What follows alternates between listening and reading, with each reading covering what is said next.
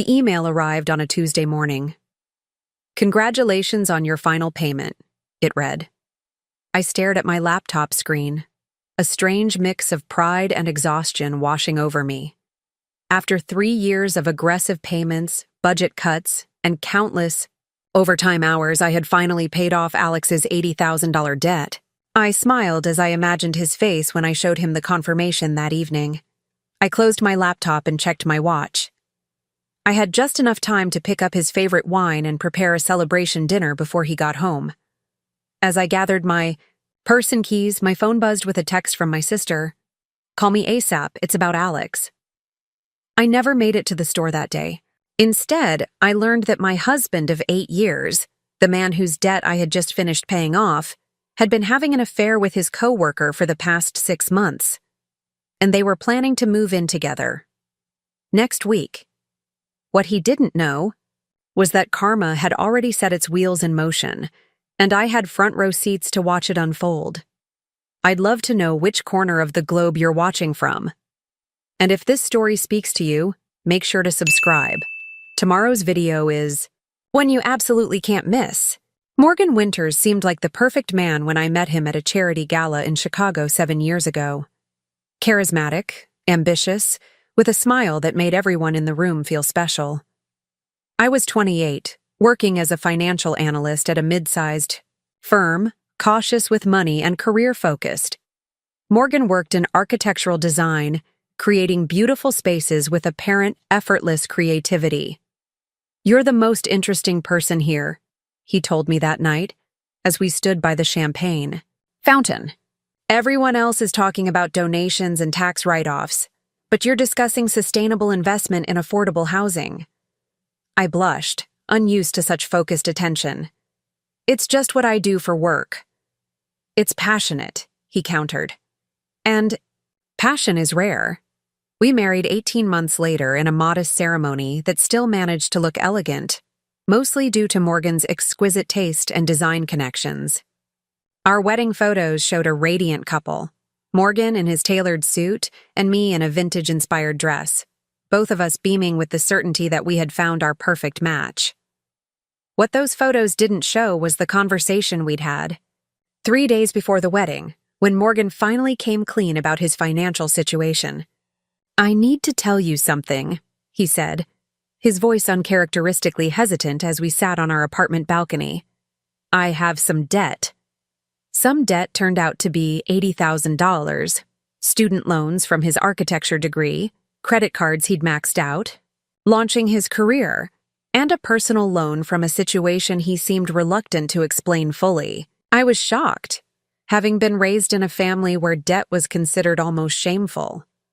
"Why didn't you tell me sooner?" I asked, my stomach nodding. "I was afraid you wouldn't marry me," he admitted, eyes downcast. "I know how you feel about financial responsibility."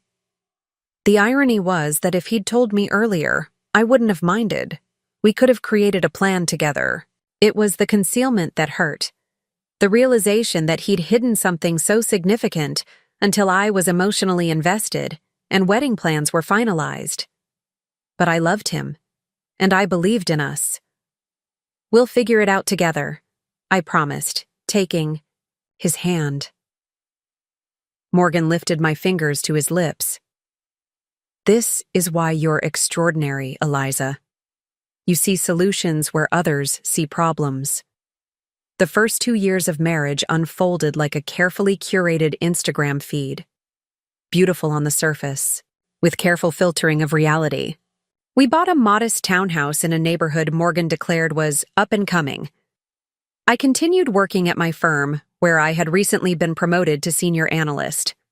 Morgan joined a boutique architectural firm specializing in commercial renovations. Our life looked perfect from the outside. Morgan designed our home with impeccable taste, mid-century furniture blended with contemporary art and vintage accessories. We hosted dinner parties where he charmed our guests with stories and perfectly paired wines. For anniversaries and birthdays, he gave me thoughtful artistic gifts, a handcrafted jewelry box, a painting from a local artist he discovered. What our friends didn't see was the financial reality behind the scenes. Morgan's salary at the boutique firm was modest, especially compared to what some of his college classmates made at larger companies. But he insisted the creative freedom was worth it, that he was building a reputation that would eventually lead to his own firm. "It's an investment in my future. Our future," he would say whenever I expressed concern about our finances. Meanwhile, his debt loomed over us like a shadow.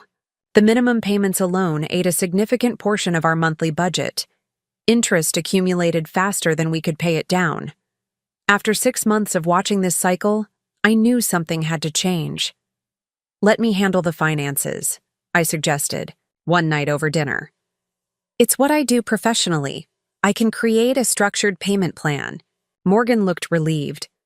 "You wouldn't mind? I hate looking at all those numbers. They just stress me out."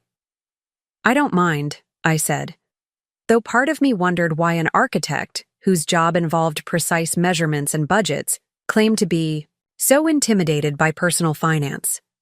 I spent the next weekend creating a comprehensive financial plan. I consolidated his high-interest credit cards, negotiated better terms on his personal loan, and created a budget that would allow us to tackle the debt systematically. The plan required sacrifices, fewer dinners out, more modest vacations, tighter control on spontaneous purchases. Morgan agreed to everything enthusiastically. "You're brilliant at this, Eliza. I'd be lost without you." His appreciation made the extra work feel worthwhile. I began managing everything: tracking expenses, paying bills, monitoring credit scores, scheduling payments. I set up a separate account where I transferred money for debt payments, sometimes supplementing it from my personal savings when there wasn't quite enough. For the first year, Morgan seemed to respect our new financial boundaries. He checked with me before making large purchases, brought home lunch instead of eating out with colleagues, and suggested free activities for weekends. I began to hope we were making real progress. Then came the opportunities. David invited me to join his golf club, he announced one evening, eyes bright with excitement. "It's where all the top commercial developers hang out. The networking potential is incredible. The membership fee was $5,000 annually. We can't afford that right now," I said gently. "Maybe in a few years when the debt is more manageable?" Morgan's enthusiasm dimmed. "This is about investment in relationships, Eliza. These connections could lead to major clients." I suggested alternatives: professional associations with more reasonable fees, industry events, even offering to host networking dinners at our home. But Morgan had set his heart on the golf club. "Maybe I could take on some consulting work," I offered, hating to see his disappointment. "Just temporarily, to cover the membership." His face brightened immediately. "You do that? You're amazing. Eliza, I promise this will pay off for both of us." I took on a side project analyzing investment opportunities for a former colleague's startup.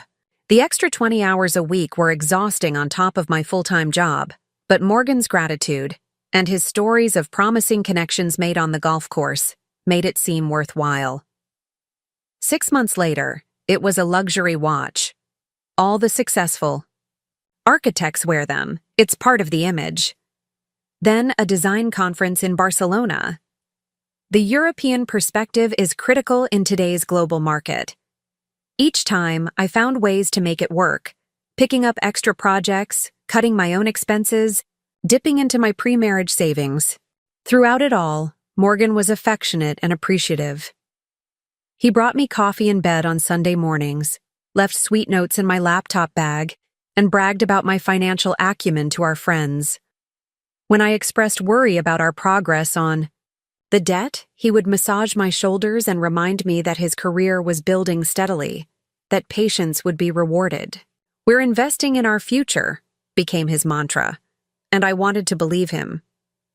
3 years into our marriage, I was offered a significant promotion at work, senior investment advisor with a substantial salary increase. The new role would require longer hours and occasional travel, but would dramatically accelerate our debt payoff plan. "That's wonderful news," Morgan said when I told him, uncorking a bottle of champagne. "You deserve this recognition." Yet, as I outlined how my increased salary would help us eliminate his debt within 2 years, I noticed a flicker of something in his expression. Discomfort? Resentment? It disappeared so quickly I convinced myself I'd imagined it. The promotion changed our dynamic in subtle ways. At social gatherings, Morgan began introducing me with qualifiers. "This is my wife Eliza, the financial wizard. She keeps our ship running while I handle the creative side." There was nothing overtly wrong with these introductions, but something about his tone suggested a need to establish separate territories, as if my financial contribution needed to be balanced against his artistic contribution. When I traveled for work, he became increasingly difficult to reach. "Sorry I missed your call. I was in a design charrette," or "My phone died during the client meeting." The explanations were always plausible for someone in his profession, and I never had reason to doubt them, until Jessica Davis joined his firm. Jessica Davis arrived at Morgan's architecture firm like a summer storm, sudden, disruptive, and impossible to ignore.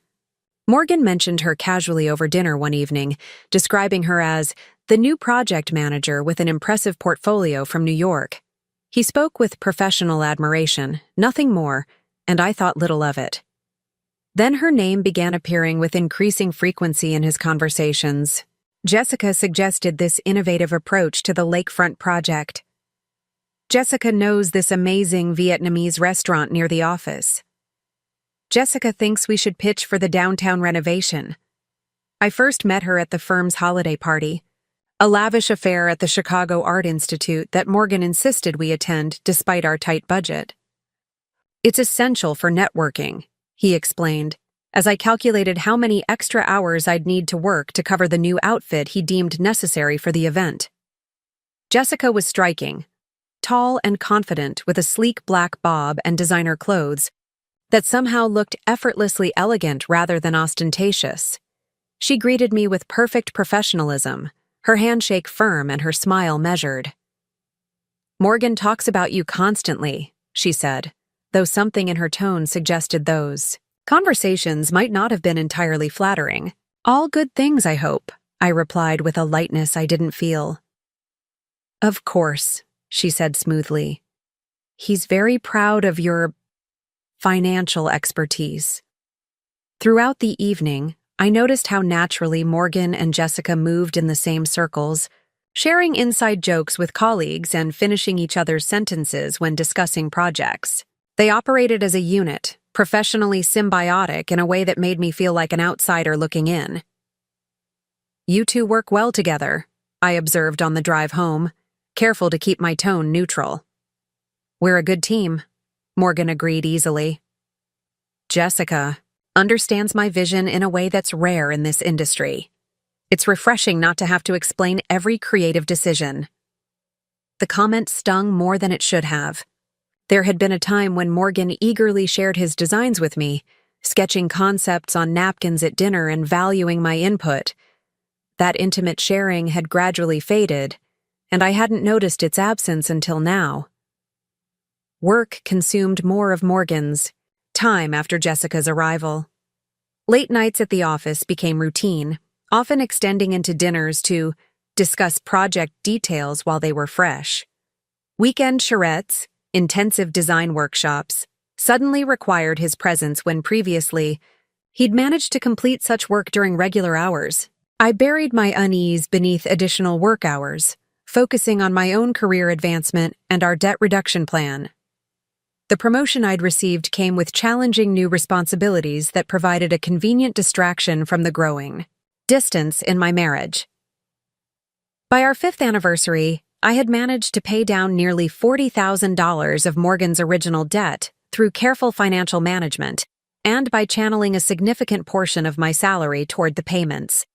What should have been a shared victory felt strangely hollow. "We're halfway there," I told Morgan over an anniversary dinner I had cooked at home to save money. "Halfway?" he questioned, looking up from his phone. "The debt," I clarified. "We've paid off half of it. At this rate, we'll be completely free in another 18 months. "That's great, Eliza," he said, his enthusiasm seemingly genuine as he reached for my hand. I don't know how I got so lucky to find someone so dedicated. Yet even as he praised my dedication, his phone continued to buzz with notifications he checked surreptitiously when he thought I wasn't looking. A lot of love and effort went into bringing this story to life. If you're enjoying it, we'd be so grateful if you'd subscribe to our channel. Now back to where we left off. That night, as Morgan slept, I did something I'd never imagined myself doing. I checked his phone. The guilt of invading his privacy battled with a growing certainty that something was wrong. The evidence was subtle but unmistakable. Dozens of text exchanges with Jessica at all hours. Messages that started professionally but occasionally veered into personal territory. Plans made without my knowledge. Inside jokes I wasn't part of. Nothing explicitly inappropriate. No declarations of love or plans for rendezvous. But the cumulative weight of those exchanges told a story of emotional intimacy that excluded me. I returned the phone to his nightstand, my hands shaking. Was I overreacting? Creating problems where none existed? Morgan and I had barely had time for real conversations in months, both busy with demanding careers. Perhaps this connection with Jessica was merely the natural camaraderie of colleagues, who spent long hours together. Rather than confronting him with unsubstantiated suspicions, I made a decision to reinvest in our marriage. I arranged weekend getaways, initiated date nights, and made conscious efforts to show interest in his current projects. Morgan responded positively to these overtures, seeming grateful for the attention and reconnection. For a few months, things improved. Morgan came home earlier, shared more about his work, and appeared more present in our relationship. I began to think my concerns had been unfounded, a product of insecurity and exhaustion. Then came the Portland project. "It's a major opportunity," Morgan explained, his enthusiasm palpable as he described the sustainable community center his firm had been invited to bid on. "If we win this contract, it could put us on the national map." "That's wonderful," I said, genuinely happy for his potential breakthrough. "When is the pitch?" "That's the thing," he said, his expression growing careful. "The client wants an immersive presentation. Jessica and I would need to fly out to Portland for 4 days to prepare the site analysis and preliminary concepts. 4 days, alone with Jessica. The unease I'd suppressed came rushing back. "Could someone else from the firm go instead?" I asked, trying to keep my voice casual. Morgan looked surprised, then slightly offended. "Jessica is the project manager and I'm the lead designer. We're the obvious team for this." "Of course," I backtracked quickly. "I was just thinking about the expense. Flights, hotel rooms." "It's a business expense," he said dismissively. "The firm covers it," I nodded, swallowing further objections. What could I say? That I didn't trust him with a colleague? That I was jealous of their professional rapport? Either would make me sound petty and insecure. "When do you leave?" I asked instead. "Monday morning." 3 days later, I drove Morgan to the airport, planting a lingering kiss on his lips before he joined the security line. "Knock them dead," I said with forced brightness. "I'll call you tonight," he promised. The call never came. A text arrived instead, apologizing for the late hour and explaining they'd been working intensively with the local contractors. The same pattern repeated the following night. By the 3rd day, the messages had grown shorter and less frequent. On D. The 4th morning, I received a call, not from Morgan, but from my bank's fraud department. "Mrs. Winters, we're verifying a charge on your joint credit card.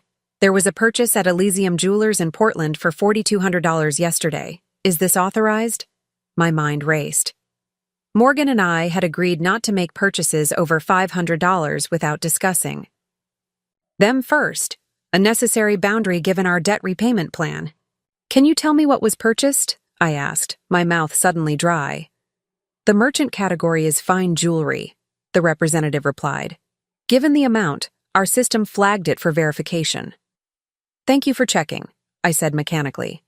Yes, the charge is authorized. After ending the call, I sat motionless at our kitchen table. Morgan had spent over $4,000 on jewelry, an amount that would set our debt repayment plan back by months. And he had done it without a single word to me. The possibilities spun through my mind. An anniversary gift? My birthday was months away, and our anniversary wasn't for another 10 weeks. A spontaneous present to apologize for his recent emotional distance? Possible, but increasingly out of character for the Morgan I'd been living with lately, or a gift for someone else. When Morgan returned that evening, tanned and energetic despite the supposedly grueling work trip, I waited for him to mention the purchase. He described the project in detail, how impressed the clients had been with their presentation, the strong likelihood they would win the contract. Not a word about Elysium Jewelers or any extravagant purchase. How was working with Jessica? I asked, watching his face carefully. Something flickered in his expression, caution, perhaps, or calculation. Professional as always, she has excellent rapport with clients. As he unpacked, I noticed him carefully removing his toiletry bag rather than emptying it into the bathroom as he normally would. When he went to shower, I made another decision I never thought I'd make. I opened the bag. Inside, tucked into an inner pocket, was a small velvet pouch. My hands trembled as I opened it, revealing a pair of diamond earrings. Tasteful, expensive, and definitely not intended for me. I replaced the earrings exactly as I'd found them and returned to our bedroom, my mind racing with possibilities, each more painful than the last. When Morgan emerged from the shower, I studied him with new eyes. This man I had married, whose debt I had shouldered, whose career I had supported through countless sacrifices. "Everything okay?" he asked, noticing my intense gaze. "Just tired," I replied, the lie tasting bitter on my tongue. Big project at work. That night, as Morgan slept beside me, I lay awake contemplating my options. I could confront him immediately, demand explanations about the earrings and his relationship with Jessica.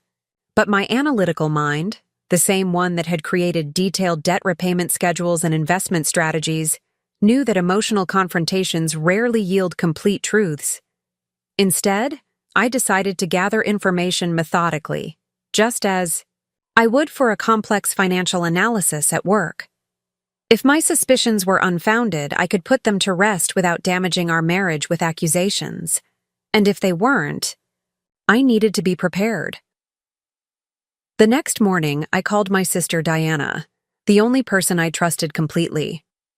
"I need your honest opinion," I said after explaining the situation. "Am I creating a problem where there isn't one?" Diana's silence spoke volumes before she finally answered. "Eliza, you've been making excuses for Morgan's behavior for years. The real question is, why don't you think you deserve better?" Her words struck with the force of revelation. How long had I been diminishing myself to accommodate Morgan's needs, dreams, and failures? The financial sacrifices were quantifiable. Thousands of dollars in debt payments, extra hours worked, opportunities declined to maintain our debt repayment schedule. But the emotional investment was incalculable. Years of prioritizing his career over mine, of accepting his excuses, of ignoring subtle dismissals of my contributions. "What would you do?" I asked her. "I'd protect myself," Diana answered without hesitation, "financially and emotionally." After our call, I took a personal day from work, something I rarely did, and began taking stock of our financial entanglements. Our mortgage, the remaining $40,000 of Morgan's debt that I'd been paying, our joint credit cards and bank accounts. For years, I had managed these as shared resources, never distinguishing between his obligations and mine. That stopped today. I opened a separate bank account at a different institution, one Morgan had no relationship with. I transferred a portion of my savings, money I had earned before our marriage and kept in a separate account, creating a financial cushion independent of our joint resources. Next, I contacted the credit card companies to remove myself as an authorized user on accounts originally opened in Morgan's name. These practical steps brought unexpected emotional clarity. Each action was a reclamation of the autonomy I had gradually surrendered during our marriage. By afternoon, I felt more centered than I had in months, perhaps years. When Morgan texted that he would be working late, again, I replied with casual acceptance. The time alone was precisely what I needed to continue my financial disentanglement. That evening, I also did something I had been postponing for months. I accepted a lunch invitation from Robert Chen, the CEO of a sustainable investment firm, who had been trying to recruit me since my promotion. I had repeatedly declined, citing loyalty to my current company. The real reason was that a position with Robert's firm would require occasional international travel, something I had avoided, out of consideration for Morgan. As I sent the email accepting the lunch meeting, I felt a curious lightness. I wasn't committing to leaving my job. I was simply exploring options, expanding possibilities. The mere act of considering my own professional future independent of Morgan's needs felt revolutionary. Over the next 2 weeks, I maintained an outward normalcy while inwardly preparing for various possible futures. I documented our financial history, creating spreadsheets that tracked my contributions to Morgan's debt, joint expenses, and household costs. I researched housing options I could afford on my salary alone. I scheduled a consultation with a divorce attorney, framing it as an information gathering session to understand my rights and responsibilities. Throughout this period, Morgan remained distant, often returning home late smelling of unfamiliar perfume thinly disguised by mint gum and freshly applied cologne. The Portland project had been secured, a professional triumph he celebrated with colleagues rather than with me. His texts during the day grew sporadic, his explanations for Lady nights increasingly vague. The Morgan who had once charmed me with his focused attention now barely noticed my presence. When we did speak, his tone carried a subtle condescension, as if my financial concerns were pedestrian compared to his creative vision. He began referring to the debt as your repayment obsession, rather than acknowledging it as his responsibility, that I had voluntarily shouldered.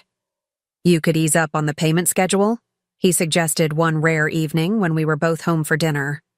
We're not going to starve if it takes an extra year to clear it. The interest accumulation makes a significant difference over time, I explained, though we'd had this conversation many times before. Every month we delay costs us hundreds of dollars. There's more to life than optimizing interest payments. Eliza, he said with a dismissive chuckle. Sometimes I think you forget that. The comment stung, reinforcing the growing narrative that I was somehow deficient for prioritizing financial responsibility, the very quality that had kept us afloat, and steadily reduced his substantial debt. My lunch with Robert Chen provided a striking contrast to these interactions. He spoke to me as a valued professional, seeking my insights on sustainable investment strategies and describing a position that would utilize my full capabilities. I've followed your work for 2 years, he told me. The way you integrate environmental impact metrics into traditional investment analysis is exactly the innovation our clients are seeking. By the end of our 2-hour conversation, Robert had outlined a role with a 40% salary increase, creative input on developing new financial products, and the opportunity to present at international conferences. Take some time to consider, he said as we parted. We're prepared to be flexible on the start date if you decide to join us. I drove home in a daze, not from indecision, but from the stark realization of how profoundly I had been undervaluing myself, professionally and personally. The woman Robert Chen described, insightful, innovative, valuable, seemed disconnected from the accommodating wife who had been gradually erasing herself to maintain Morgan's comfort and illusions.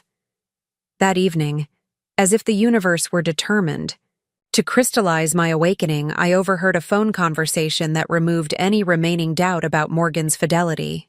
I had arrived home early, quietly entering through the garage as a thunderstorm muffled the sound of my car. Morgan was on our back porch, his voice carrying through the partially open door as he spoke on his phone. I know, but we need to be patient," he was saying, his tone intimate in a way it hadn't been with me for months. "Eliza's been handling all the finances. I need to understand exactly where things stand before I make any moves." A pause as he listened. The earrings were just the beginning. Once the debt is cleared, there's the equity in the house, her retirement accounts. Another pause. "I know, Jess. Soon, I promise." My blood turned to ice water. The conversation continued, but I didn't need to hear more. The picture was devastatingly clear. Morgan was waiting for me to finish paying off his debt before leaving, maximizing his financial benefit from our marriage before discarding it for a relationship with Jessica. I retreated silently to my car and drove aimlessly for hours, rain pounding on the windshield as I processed the magnitude of this betrayal. It wasn't just the infidelity, though that cut deeply. It was the calculated exploitation, the realization that I had become a financial resource to be drained before being discarded. When I finally returned home, I had achieved a clarity that bordered on transcendent. Morgan greeted me casually, asking about my late meeting with practiced disinterest. I answered with equal casualness, offering no explanation for my absence. That night, as he slept beside me for what I knew would be one of the final times, I made my decision. I would not confront him, not yet. I would not give him the opportunity to construct new lies or manipulate my emotions. Instead, I would complete one last financial transaction, the final payment on his debt. Not because he deserved this parting gift, but because finishing what I started would allow me to walk away with absolute clarity about who I was and who he had revealed himself to be. The following morning, I logged into our financial accounts and scheduled the final payment on Morgan's debt, $39,876.43, the exact amount remaining from his original $80,000 burden. The system asked me to confirm this substantial transaction, and I clicked yes without hesitation. An automated message appeared. "Congratulations! Your payment has been processed. This account is now paid in full."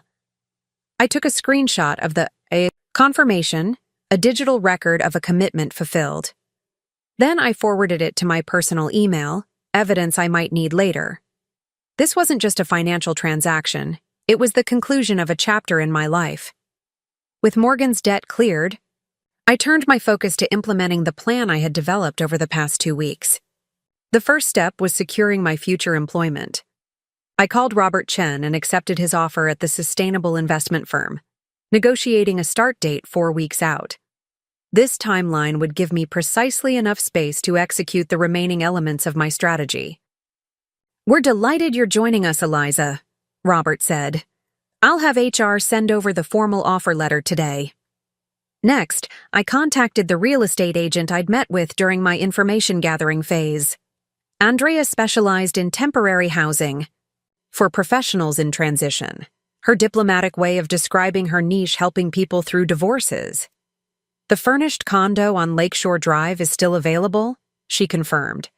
"It's a 6-month lease, perfect for giving you time to decide on your next permanent move." I paid the deposit immediately, securing a place Morgan knew nothing about. The monthly rent was higher than I would have chosen under normal circumstances, but the flexibility and immediate availability justified the premium. More importantly, the building had excellent security, key card access, and a 24-hour doorman. With housing secured, I moved to protect my most irreplaceable possessions. While Morgan was at a day-long client meeting, I carefully gathered items of sentimental and practical value. My grandmother's jewelry, important documents, irreplaceable photographs, and the external hard drive containing my professional portfolio. These I transported to a safety deposit box at my new bank. I also began the subtle process of reclaiming financial territory. I removed my direct deposit authorization at work, redirecting my paychecks to my new individual account. I contacted our utility companies, explaining that I would no longer be responsible for payments after the current billing cycle. For accounts that couldn't be immediately separated, I documented the final date of my financial responsibility with detailed notes and confirmation numbers. Throughout these preparations, I maintained an outward normalcy that required more acting skill than I knew I possessed. I continued making dinner on the evenings Morgan came home, asking about his day with practiced interest, even as my internal landscape had transformed completely. Each night as he slept, I refined my exit strategy, adjusting timelines and confirming details. Morgan, absorbed in his own deception, noticed nothing amiss. His late nights continued. His distraction when home remained constant. Occasionally, he made gestures toward connection, bringing home my favorite dessert or suggesting a weekend movie. But these moments felt performative, like an actor hitting his marks before the real scene he was waiting to play. 2 weeks after clearing Morgan's debt, I received the formal offer letter from Robert Chen's firm. The compensation package exceeded even his initial discussion. In addition to the substantial salary increase, they offered a signing bonus, relocation assistance, though I hadn't yet mentioned my impending move, and equity options that would vest over 3 years. The position would include quarterly travel to their European offices in London and Copenhagen, with potential expansion to their new Singapore branch.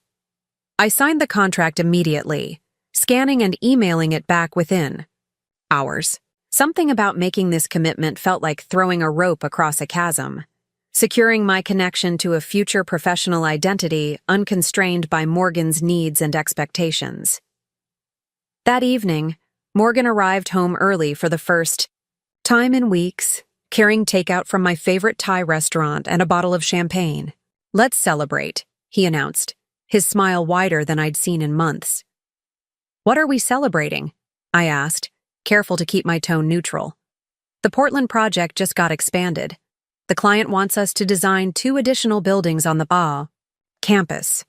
He popped the champagne with a flourish. "It's a significant fee increase, and I'm being named lead architect for the entire development."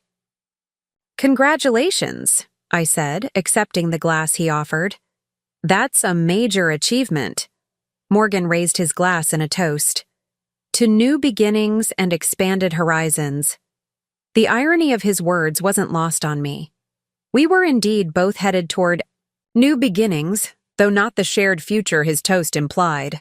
"The best part," Morgan continued, his eyes bright with an excitement I once would have found infectious, "is that I'll be spending more time in Portland. The client wants someone on site regularly during the initial phase." "How regularly?"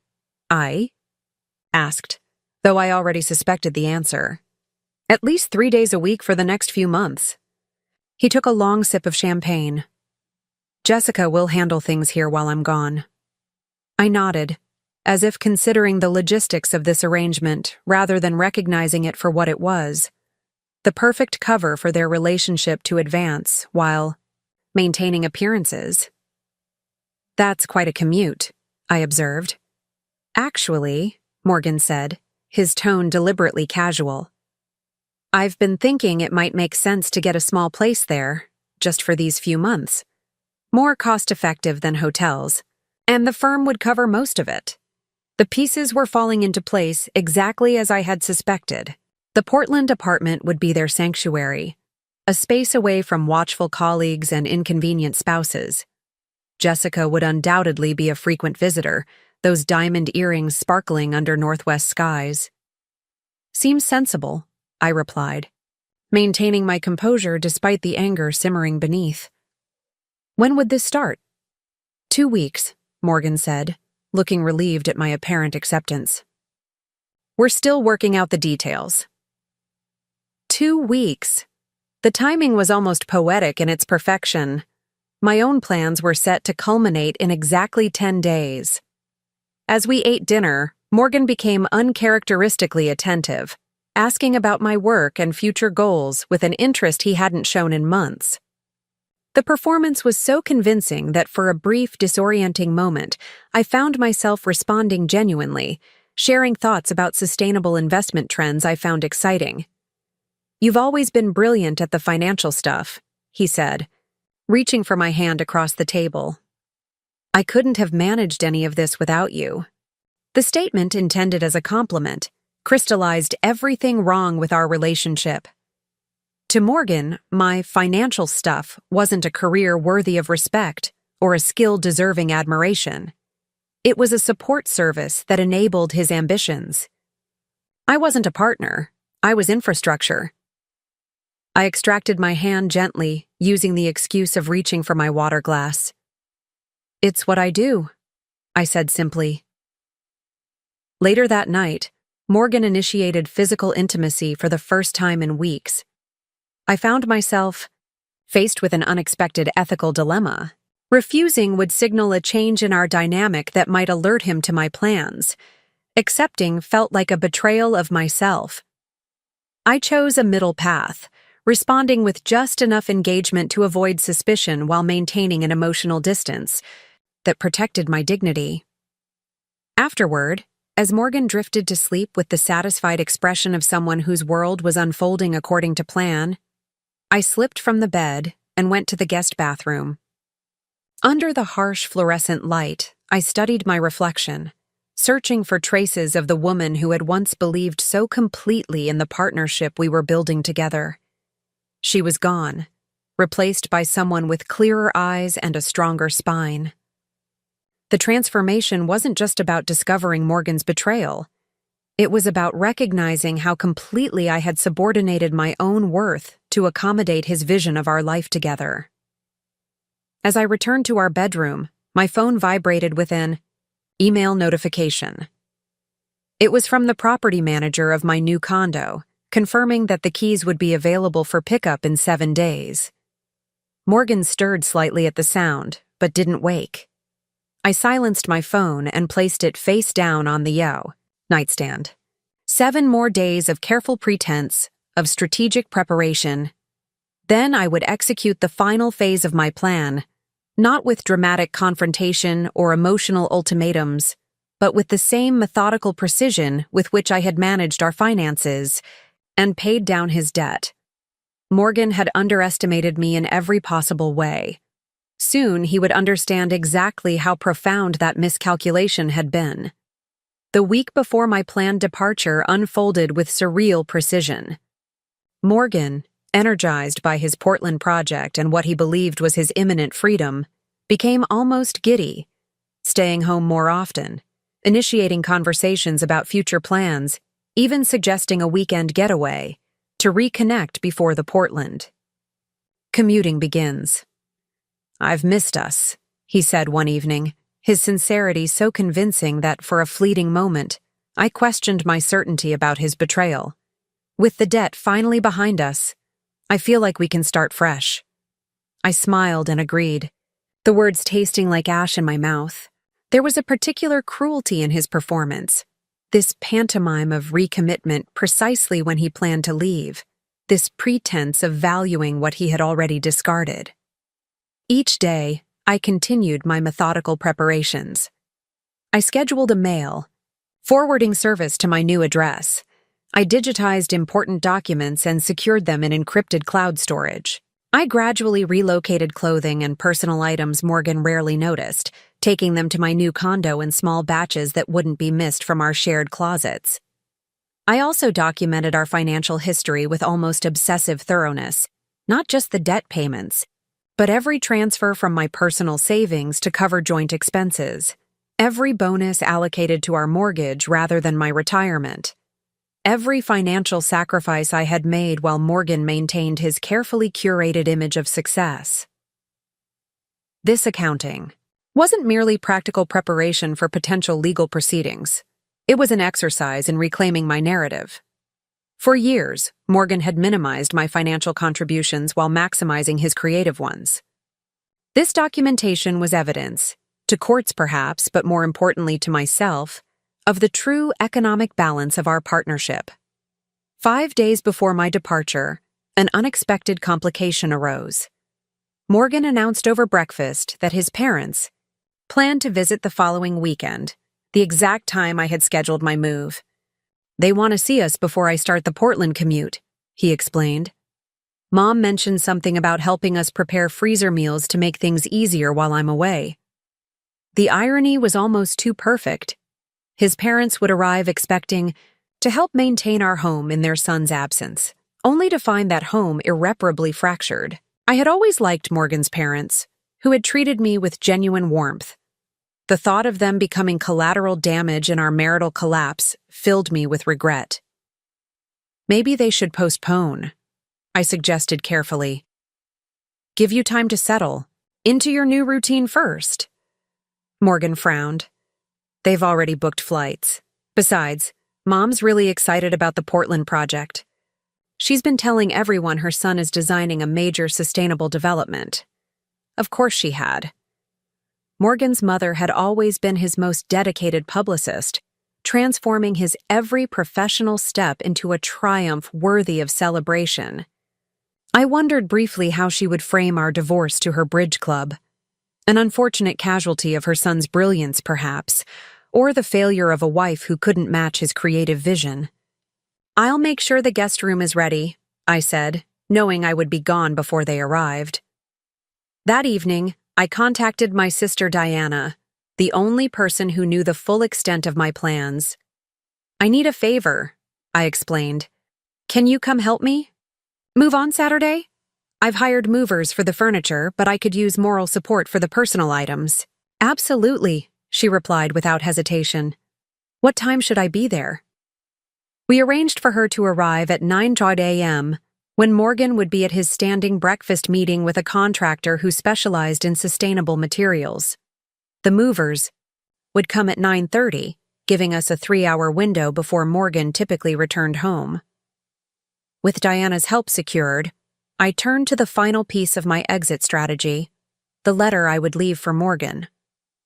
I had drafted and discarded a dozen versions, each feeling either too emotional or too clinical.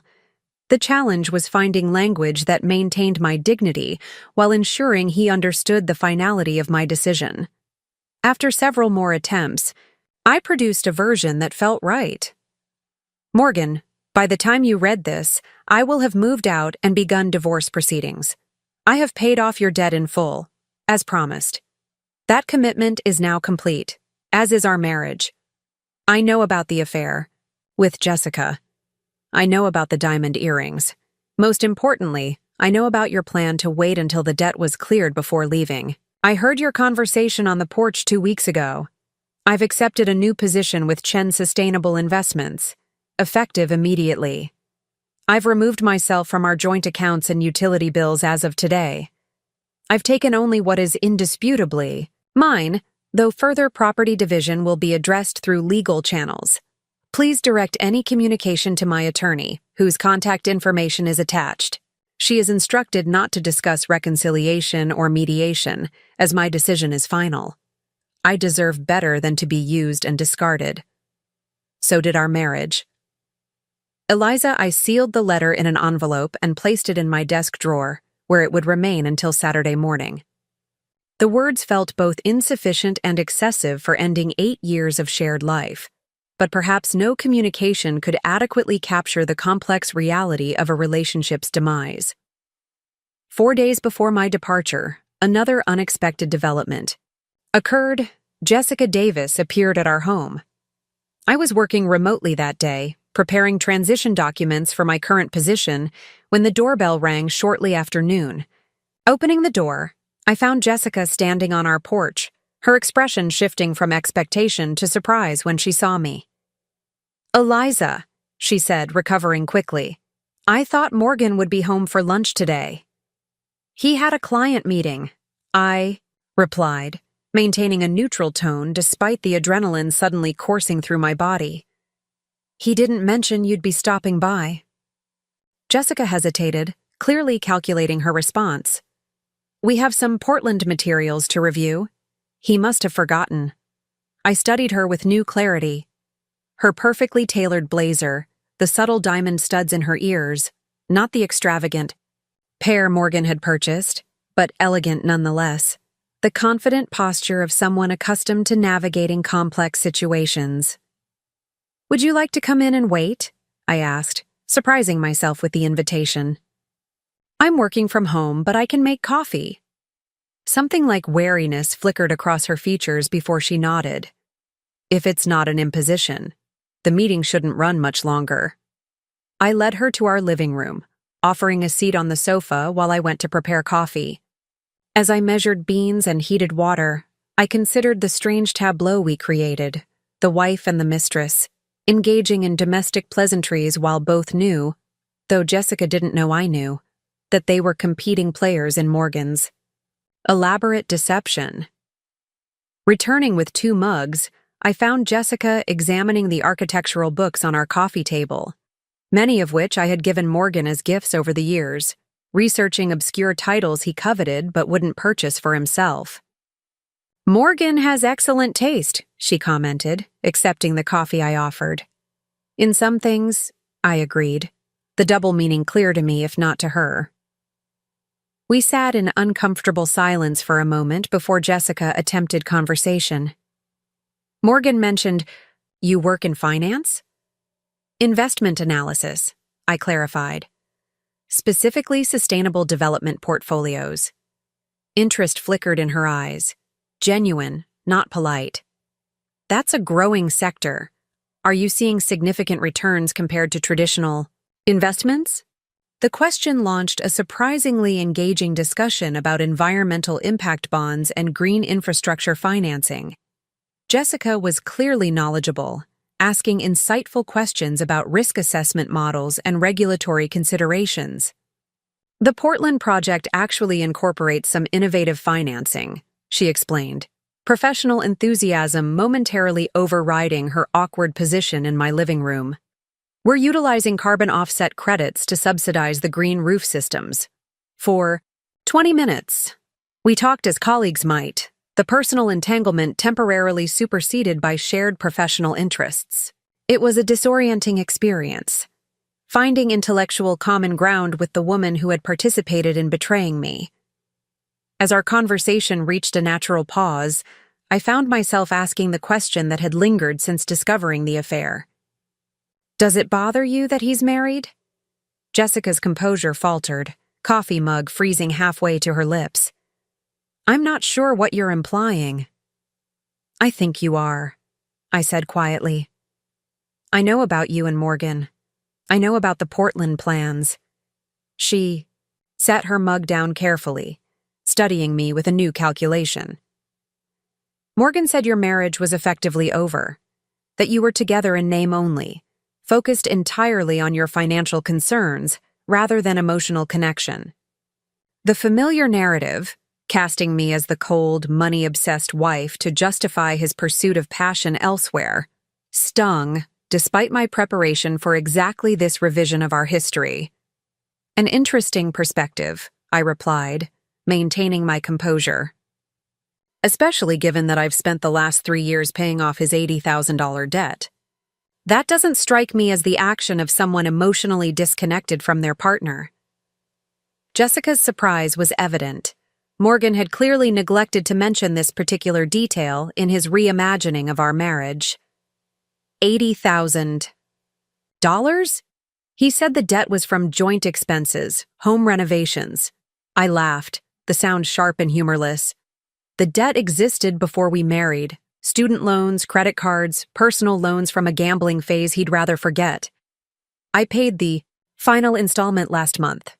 Jessica absorbed this information, her professional poise momentarily abandoned as she processed its implications. "Why are you telling me this?" "Because you should understand who you're really involved with," I said, surprising myself with the realization that beneath my anger lay a strange sense of obligation. Not to protect this woman who had participated in destroying my marriage, but to speak a truth Morgan had carefully obscured. Jessica set her coffee mug down with deliberate care, her composure returning despite the revelations I'd shared. "I appreciate your candor," she said, choosing her words carefully. "But I think there are aspects of your marriage that Morgan has experienced differently." "I'm sure there are," I agreed. "Perspective is a fascinating thing. From my perspective, I've spent years supporting his career, managing our finances, and paying down his debt while he cultivated a professional image that excluded acknowledging my contributions." Jessica's expression remained neutral, but something shifted in her eyes. A flicker of recognition, perhaps, or concern. "Morgan speaks very highly of your financial acumen." "I'm sure he does. It's been quite useful to him." I leaned forward, slightly. "Tell me, has he mentioned what happens after the debt is cleared? Any specific plans he's shared about your future together?" The slight tensing of her shoulders told me everything I needed to know.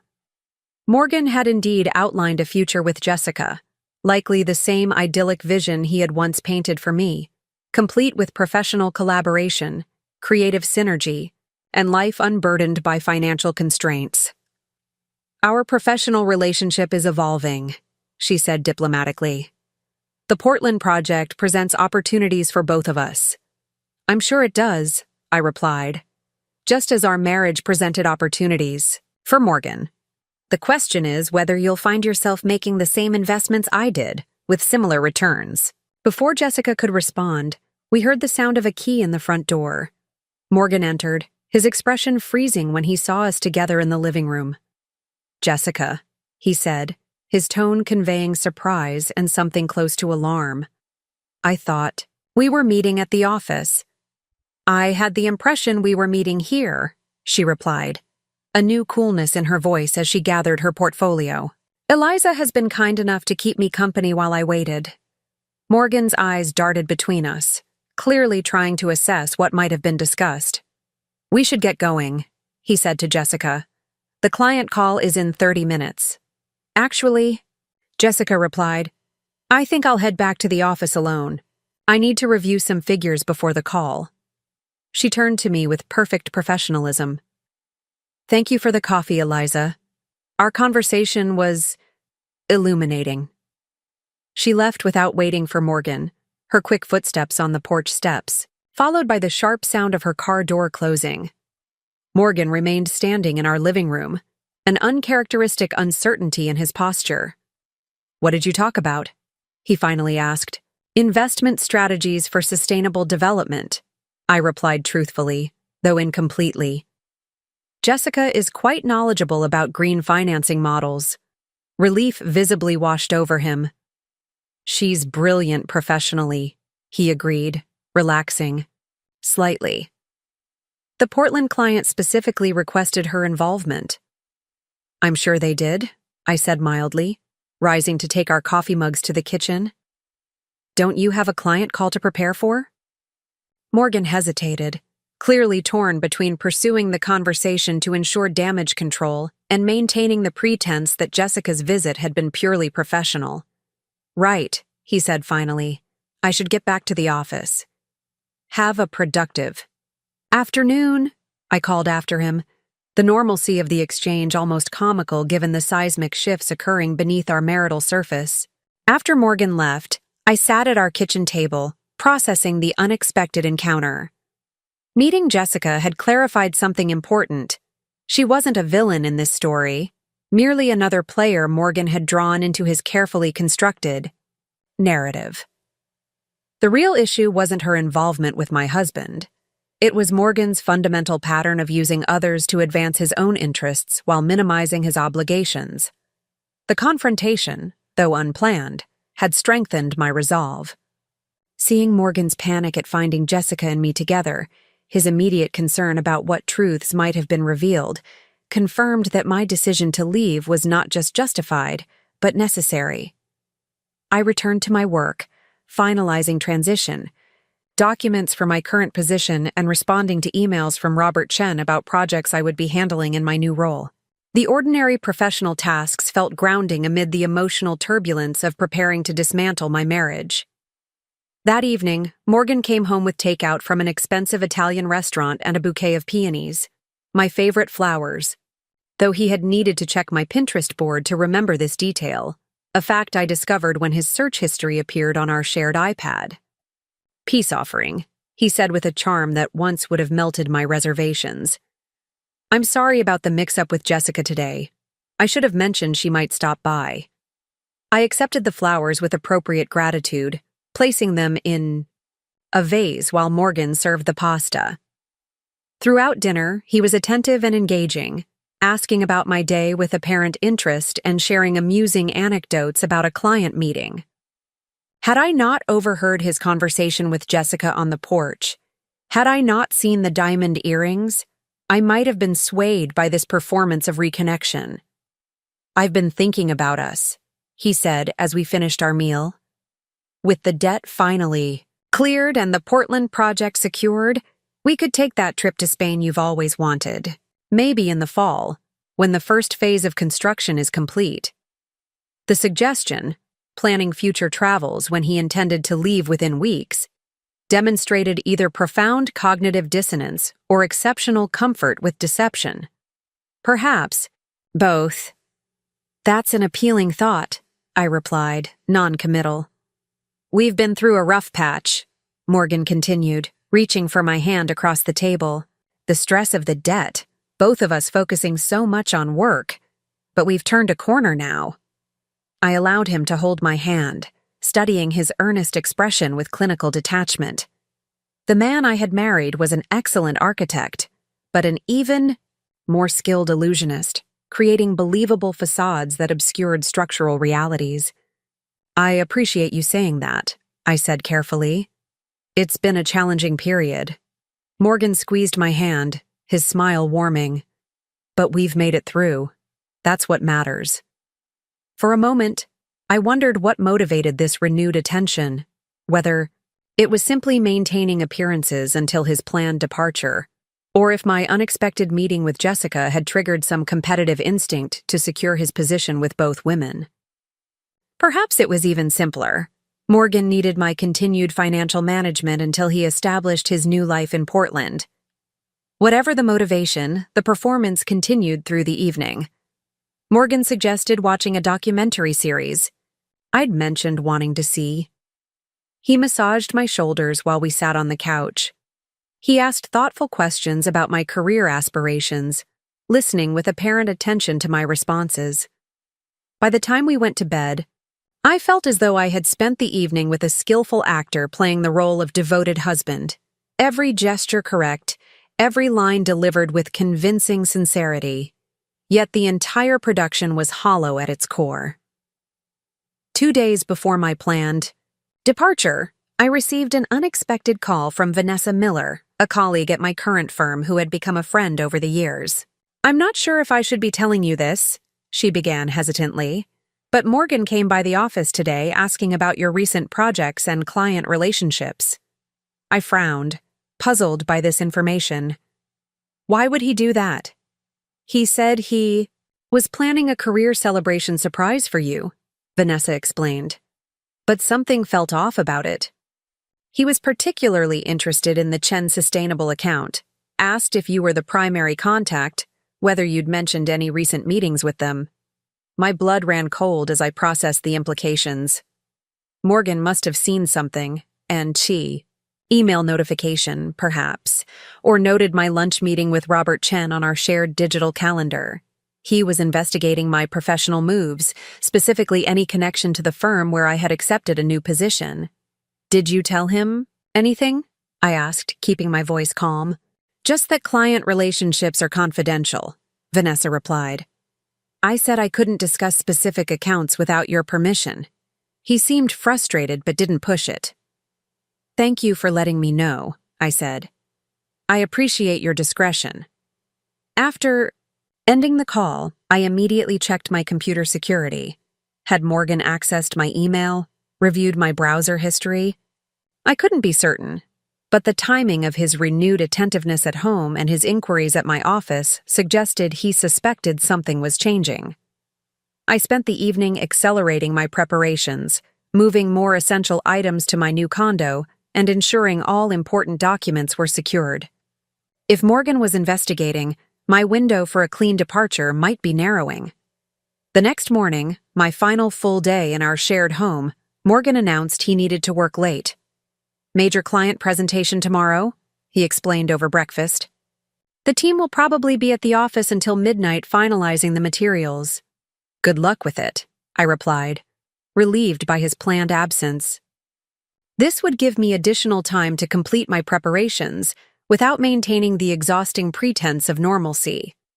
Once Morgan left for work, I moved through our home with heightened efficiency, gathering the last items I needed from our shared spaces.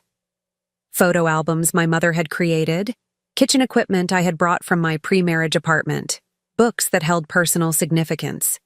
Each object is carefully evaluated for both practical and emotional value. By evening, my personal presence in our home had been subtly diminished, not enough for casual observation to detect, but a careful inventory would reveal the selective absence of items connected specifically to me rather than to us as a couple. I was placing the final items in my car when my phone rang, Morgan's mother calling from Arizona. "Eliza, dear," she greeted warmly. "I'm just confirming our arrival time for Saturday. Our flight gets in at noon. Will Morgan be able to pick us up, or should we arrange a car service?" My heart raced as I gripped the phone, the innocent question creating unexpected complications.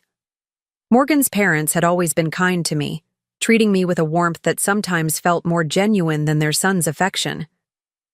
I hadn't considered how my departure would affect them or how I might navigate this particular conversation. "Patricia," I began, my mind racing for a response that wouldn't reveal too much while not actively deceiving her. "I think a car service might be best. Morgan's schedule has been quite unpredictable with the Portland project." "Of course, dear. We certainly don't want to add any pressure. How are you holding up with all his travel coming up?" "Richard and I, we're just saying how difficult these career transitions can be on a marriage." The concern in her voice made what I needed to say next even more difficult. "Patricia, I think it's best if you speak with Morgan about the weekend. There have been some changes in our situation that he should explain directly." A pause followed, the silence heavy with unasked questions. "Eliza, is everything all right? You sound strained." "I'm afraid I can't really discuss it right now," I said gently. "But Morgan should call you this evening." Another pause, longer this time. "I see," she finally replied, her tone shifting from warm concern to cautious formality. "Then I'll wait to hear from him." "Take care of yourself, Eliza." The conversation ended with awkward pleasantries, both of us aware that something significant remained unspoken. I immediately texted Morgan. "Your mother called about Saturday. I suggested she speak with you directly. Please call her tonight." His response came quickly. "Is everything okay? What did you tell her?" "Only that there have been changes you should explain directly. She deserves to hear it from you."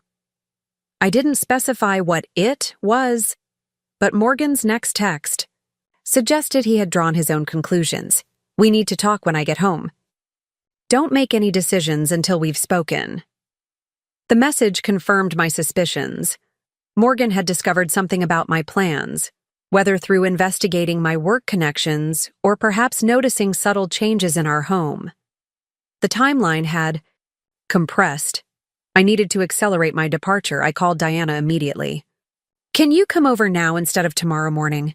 I think Morgan suspects something."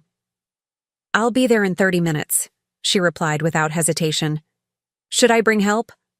"No, just you. I've already moved most of the important things. I just need support for the final stage." While waiting for Diana, I contacted the moving company, offering a significant premium to move my scheduled pickup from tomorrow to tonight. Then I called Andrea, the real estate agent handling my condo. "Is there any possibility I could get the keys tonight rather than tomorrow? I'll pay whatever expediting fee is necessary." Andrea hesitated only briefly. Let me make some calls. The previous tenant is already out, and the paperwork is processed. It's just a matter of coordinating with the property manager. By the time Diana arrived, I had received confirmation that both changes were possible. The movers would arrive within 2 hours, and Andrea would meet me at the condo with keys by 9 p.m. Diana surveyed the half-packed living room with practiced efficiency. What still needs to be done? Bedroom, bathroom, and my home office, I replied. I've already packed most of it, but it needs to be loaded into my car. We worked in focused silence, Diana helping transport boxes while I made final decisions about what to take and what to leave behind. With each item I chose to take, my grandmother's quilt, the reading lamp I'd had since college, framed diplomas from my degrees, I felt a curious mixture of loss and liberation. Are you sure about this timing? Diana asked as we loaded the last box into my car. It seems rushed. Maybe you should stick with the original plan. I showed her Morgan's text. He knows something's changed. I don't want a confrontation. I want a clean break. Diana nodded, understanding the strategy. What about your letter? I'll leave it on the kitchen table with my keys. The movers will take the furniture I've designated, and I'll be gone before he returns. The movers arrived at 7:30 p.m., professional and efficient. Following my detailed instructions, they quickly loaded the specific items I had marked: my desk, my reading chair, bookshelves containing volumes that were indisputably mine, the small side table that had been a gift from my parents. I had been careful to select only furniture that had either belonged to me before marriage or been explicitly given to me as personal gifts. By 8:45 p.m., the moving truck was loaded and on its way to my new address. Diana and I did a final walkthrough of the house, ensuring I had left nothing essential behind. In the kitchen, I placed the envelope containing my letter and my house keys prominently on the table. Is there anything else you want to say to him? Diana asked, watching me place the envelope. I considered the question carefully. The letter says everything necessary. Anything more would just be an emotional release for me without serving a purpose. Diana hugged me tightly. I'm proud of you. This isn't easy, but you're handling it with incredible dignity. Thank you, I whispered, allowing myself a moment of vulnerability in my sister's embrace. For everything. We left the house separately, Diana returning to her home, me driving toward my new beginning. As I pulled away from the curb, I glanced. Back at the craftsman bungalow Morgan and I had purchased in the heady early days of our marriage. The porch where we'd shared summer evenings, the garden I had carefully tended, the blue front door I had insisted on painting myself for good luck. So many memories, now sealed behind me like artifacts in a museum of a former life. When I arrived at the condo building, Andrea was waiting in the lobby, keys in hand. All set, she said cheerfully. The movers arrived about 10 minutes ago. They're waiting for your direction on furniture placement. The next 2 hours passed in a blur of practical decisions. Where to position the desk for optimal light, how to arrange the bookshelves, which kitchen cabinets should hold what items. The physical labor of establishing my new space provided welcome distraction from the emotional weight of what I had just done. By 11:30 p.m., the movers had departed, and I stood alone in my new living room. The space was sparsely furnished but functional. My reading chair positioned by the window overlooking the city, my desk set up in the alcove that would serve as my home office, my books arranged on shelves along the wall. It wasn't home yet, but it was mine, a space defined solely by my needs and preferences. My phone had been buzzing periodically throughout the evening. Text messages from Morgan had progressed from confusion. What's going on? Your mother seemed to think we're having Perlas to concern. Please call me when you get this to alarm. I'm heading home now. We need to talk. The most recent message, received just minutes ago, carried a different tone entirely. Where are you? What have you done? He had arrived home to find my letter, and the selective absence of my presence from our shared space. The carefully constructed facade he had maintained, the pretense that our marriage was solid despite his plans to leave once his debt was cleared, had collapsed, leaving him to confront a reality he hadn't anticipated. I did not respond to his texts. Instead, I opened my laptop and composed an email to my attorney, confirming that I had left the marital home and was now residing at my new address. I attached photographs documenting the furniture and personal items I had taken, along with my detailed inventory of premarital possessions and gifts specifically designated to me during our marriage. As I worked, calls from Morgan continued to light up my phone. After the 6th consecutive call, I turned the device off completely. Whatever reaction he was having, anger, confusion, perhaps even genuine distress, was no longer my emotional responsibility to manage. I prepared for bed in my new bathroom, the routine simultaneously familiar and strange in these unfamiliar surroundings. As I brushed my teeth, I studied my reflection in the mirror. The woman looking back at me appeared different somehow. Her eyes clearer, her posture more erect, her expression more settled than it had been in months, perhaps years. This wasn't the ending I had imagined when Morgan and I exchanged vows 8 years ago. Then, I had believed in the partnership we were building, the future we would create together. I had accepted his debt as part of that shared future, viewing its repayment as an investment in our collective life. Now, I understood that what I had perceived as investment had actually been exploitation. My financial resources, my emotional labor, my professional skills, all deployed to advance Morgan's interests while he planned his exit strategy. The clarity of this understanding brought not bitterness but a strange peace. I had fulfilled my commitments, paid the debt, maintained our home, supported his career. That those commitments had been built on false premises was Morgan's failure, not mine. As I settled into bed, my familiar sheets now on a new mattress, in a new room, I allowed myself to acknowledge the full spectrum of emotions I had been managing so carefully during my exit planning. Grief for the marriage I had believed in, anger at Morgan's betrayal, anxiety about my uncertain future. But beneath these turbulent feelings lay something more solid, a foundation of self-respect reclaimed through decisive action. I had not allowed myself to become a passive victim in Morgan's narrative. I had recognized the truth of our situation and responded with strategic clarity, protecting my interests while maintaining my dignity. My phone, now charging on the nightstand, but still powered off, contained dozens of missed calls, voicemails, and texts from Morgan. In the morning, I would need to address these communications through my attorney, establishing the boundaries that would govern our interactions going forward.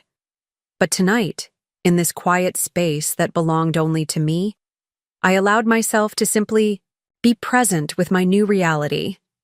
The marriage was over, the debt was paid. The future, uncertain as it might be, was mine to define according to my own values and aspirations. As I drifted toward sleep, my final conscious thought was not of Morgan or our failed marriage, but of the meeting scheduled for Monday with Robert Chen to discuss my first projects in my new role. Professional challenges, creative collaboration, financial rewards that would benefit me rather than subsidize someone else's ambitions. These would be the focus of my energy now. The weight I had carried for years, not just Morgan's financial debt, but the heavier burden of his emotional exploitation, had been set down at last. Whatever came next, I would face it standing tall, unburdened by obligations to someone who had never truly valued my worth. Morning arrived with tentative sunlight filtering through unfamiliar blinds. For a disorienting moment, I couldn't place myself in this new space. The ceiling angle was wrong. The ambient sounds were different from the neighborhood I had known for years.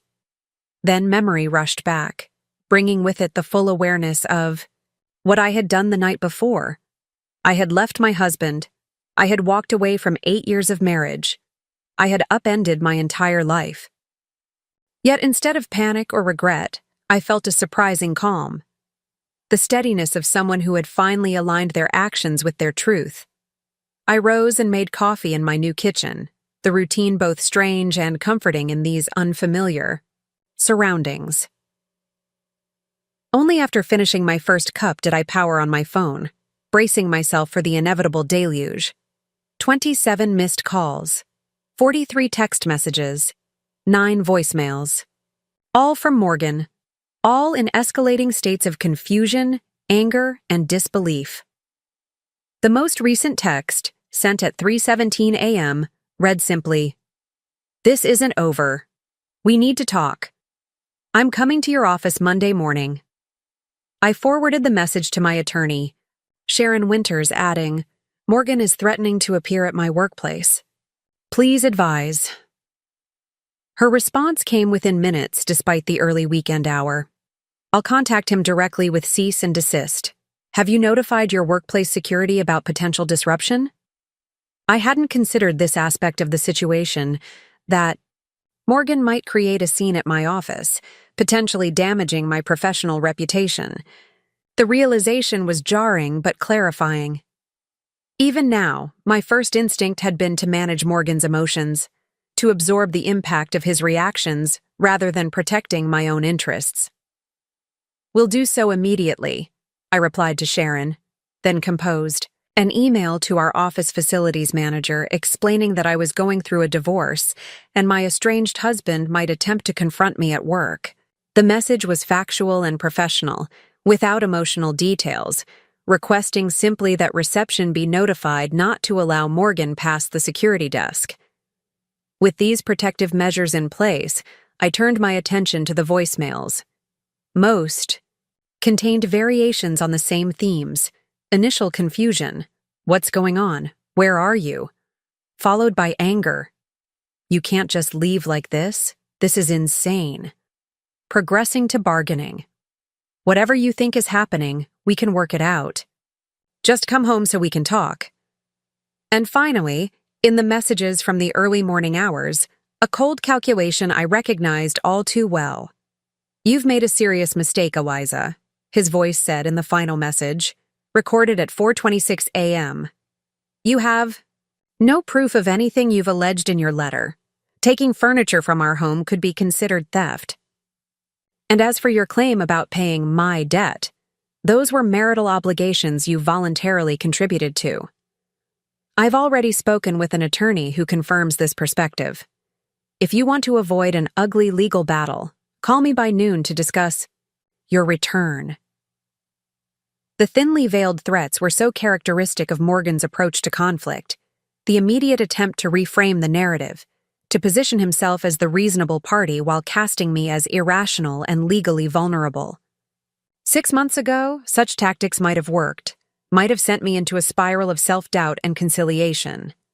Now I simply forwarded the voicemail to Sharon with the message, "FYI regarding Morgan's current approach." Her response was immediate and reassuring. "Standard intimidation tactics. The financial documentation you've provided clearly establishes the premarital nature of the debt. As for the furniture, your inventory and photographs confirm you took only items that were indisputably yours. His attorney, if he's actually consulted one, is giving him poor advice, or he's misrepresenting that advice to pressure you." With my professional and legal bases covered, I turned my attention to establishing my new life. The condo required practical essentials, groceries, cleaning supplies, organizational tools for the spaces that still held packed boxes. I spent the morning shopping, filling my new refrigerator with food selected solely according to my preferences, choosing cleaning products for their effectiveness rather than their aesthetic appeal on open shelving. These mundane tasks carried unexpected emotional significance. For years, even grocery shopping had been a negotiated activity. Morgan preferred organic produce regardless of cost, insisted on particular brands of staples, and complained if I purchased what he considered inferior alternatives to save money. Now each item in my cart represented an unconstrained choice, a small declaration of independence. By late afternoon, I had transformed the condo from a collection of furniture and boxes into something approaching a home. Books lined the shelves, kitchen essentials occupied logical locations, my clothing hung in the bedroom closet. The space remained minimalist. I had left behind far more than I'd taken, but it was functional and, more importantly, wholly mine. As I was arranging framed photographs on a side table, my phone rang with Diana's number. "How's the new place?" she asked when I answered. "Getting settled?" "It's coming together," I replied. "Not exactly home yet, but getting there." "Morgan's been calling me," she said, her tone careful. "Demanding to know where you are, whether I helped you leave. He showed up at my house about an hour ago." My stomach tightened. "What happened?" "Peter told him to leave or he'd call the police," she said, referencing her husband. Morgan started ranting about family loyalty and enabling destructive behavior. He seemed unhinged, Eliza. Not at all like the composed person we're used to seeing. The image of Morgan losing his carefully maintained control, the polished professional facade cracking to reveal the desperation beneath, was both concerning and validating. For years I had glimpsed aspects of his character that others never saw, the calculation behind the charm, the selfishness beneath the apparent generosity. Now others were witnessing what I had long experienced in private. "Are you and Peter okay?" I asked. "We're fine," Diana assured me. "But you should know he's actively looking for you. He called Mom and Dad, too." This news jolted me. "What did they say?"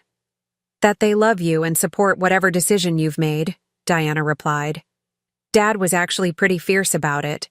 Told Morgan that if you left, he probably deserved it." Tears sprang to my eyes, not of sadness, but relief. My parents had always been politely reserved about Morgan, never criticizing him directly, but never demonstrating the warmth they showed toward Diana's husband, Peter. I had interpreted their restraint as simple personality differences, not recognizing it as the subtle judgment it apparently was. "I should call them," I said.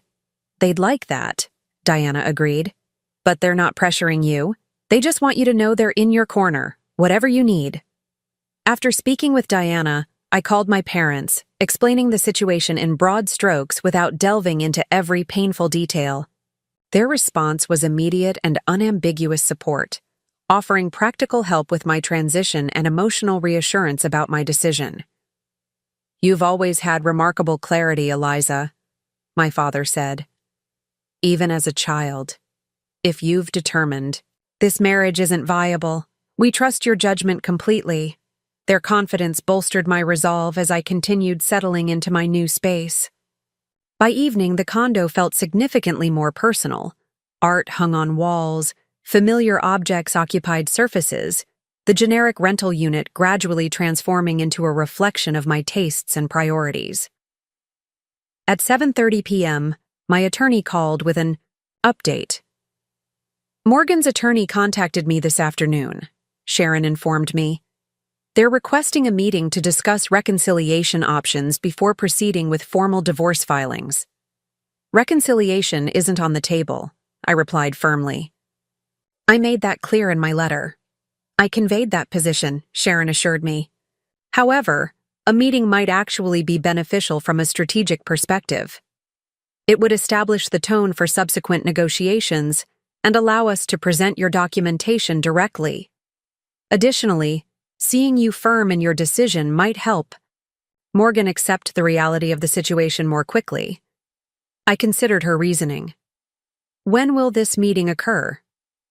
"Wednesday afternoon at our offices," she replied. "Neutral territory with professional parameters. I would be present throughout, and we would establish strict time limitations and agenda boundaries." The prospect of facing Morgan so soon after my departure sent a flutter of anxiety through my chest. Yet I recognized the practical wisdom in Sharon's suggestion. Avoiding direct communication would only prolong the process and potentially escalate Morgan's attempts to contact me directly. "All right," I agreed. but I want it clearly established beforehand that reconciliation discussions are off the table. This meeting is solely to establish parameters for an amicable separation." "Absolutely," Sharon confirmed. "I'll send the communication tonight and copy you on all correspondence." After the call ended, I wandered to the condo's balcony, a small, outdoor space overlooking the city park below. The evening had turned cool, stars appearing in the darkening sky above the urban landscape. Pedestrians moved along the pathways, couples walking hand in hand, runners completing evening exercises, dog walkers pausing at benches. Watching this tableau of ordinary life continuing around me, I felt a curious sensation, a simultaneous awareness of my smallness within the larger human story, and the immense significance of the changes I had initiated in my own narrative. My personal earthquake had altered everything in my immediate experience, yet from this vantage point, I was simply another person navigating the universal complexities of love, betrayal, and self-discovery. The perspective was oddly comforting. Whatever pain and challenges lay ahead in finalizing my divorce, in establishing my new professional identity, in rebuilding my personal life, I was neither the first nor the last to walk this particular path. Countless others had faced similar crossroads and found their way forward. My phone buzzed with a text message, not from Morgan this time, but from Robert Chen. "Looking forward to your first day Monday. The team is excited to welcome you, and I've scheduled one-on-one meetings with your direct reports throughout the week. Let me know if you need anything before then." The simple professional courtesy created a bridge to my future, a reminder that while one significant chapter was ending, another was beginning with equal significance. On Monday morning, I would walk into a new office, begin new projects, establish new professional relationships, all building on my capabilities, rather than subordinating them to someone else's ambitions. Morgan's debt was paid in full. My obligation to our failed marriage was complete. Whatever came next, including Wednesday's confrontation, I would face with the clear-eyed strength of someone who had reclaimed her own narrative. As night settled fully over the city, I returned inside, closing the balcony door on the life I had left behind and turning toward the one I was now creating for myself. Monday morning arrived with the brisk energy of new beginnings. I dressed carefully for my first day at Chen Sustainable Investments. A tailored charcoal suit with subtle emerald accents, professional without being severe. My wardrobe choices had once been influenced by Morgan's preferences. "That color washes you out," or "Shouldn't you wear something more distinctive for a presentation?" But today's selection reflected only my own judgment about appropriate business attire. The firm occupied 3 floors of a LEED-certified building downtown, its reception area featuring living green walls and furniture crafted from sustainable materials. Robert Chen himself greeted me in the lobby, his handshake warm and his welcome genuinely enthusiastic. "The team is eager to meet you," he said, leading me through security protocols and toward the elevator. "We've scheduled an informal breakfast gathering before your orientation sessions begin." The day unfolded with the pleasant intensity of new professional challenges, introductions to team members, overviews of current projects, detailed discussions of the firm's investment philosophy and client relationships. By mid-afternoon, my mind was thoroughly engaged with complex sustainability metrics and innovative financing structures, the personal turmoil of my weekend momentarily eclipsed by intellectual stimulation. It was during a brief break between meetings that reality intruded, a text from my sister that brought me sharply back to my personal situation. "Morgan showed up at your old office looking for you. Security wouldn't let him up. Vanessa just called me." My stomach tightened as I read the message. Despite my attorney's cease and desist communication, despite my notification to building security, Morgan had still attempted to confront me at what he believed was my workplace. The behavior revealed a disturbing disregard for boundaries and professional norms. I forwarded the information to Sharon, who responded promptly. This strengthens our position for Wednesday's meeting. His attorney has been notified of this incident. I strongly recommend documenting any further contact attempts. When I returned to my condo that evening, the security desk informed me that a man matching Morgan's description had inquired about me earlier that day. He said he was your husband and needed to drop off important documents, the concierge explained. Since you're listed as single on your residency application and had not authorized him as a visitor, we declined to confirm whether you lived in the building. I thanked the concierge for following protocol and requested that any future visits from Morgan be documented. Under no circumstances should he be allowed upstairs, I emphasized. I'm in the process of divorce, and his attempts to contact me should be directed through legal channels. The concierge nodded with professional understanding.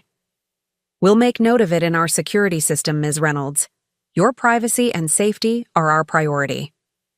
The use of my maiden name, a deliberate choice when signing my lease, struck me with unexpected emotional force. How long had it been since I'd been addressed as simply me, not as an extension of Morgan through our shared surname? The simple acknowledgement of my individual identity felt simultaneously foreign and deeply right. That night, as I prepared for my second day at the new firm, I received an email from Jessica Davis. The subject line read simply, "Information you should have." I hesitated before opening it, uncertain whether this communication represented further complication or potential clarity. Curiosity won out. Eliza, I debated whether to contact you, but after recent events, I believe you deserve to know the full situation. Morgan has been telling widely divergent stories, to me, to colleagues at the firm, to his friends. In some versions, you left without warning or justification. In others, you're having a mental health crisis, and he's desperately trying to get you help.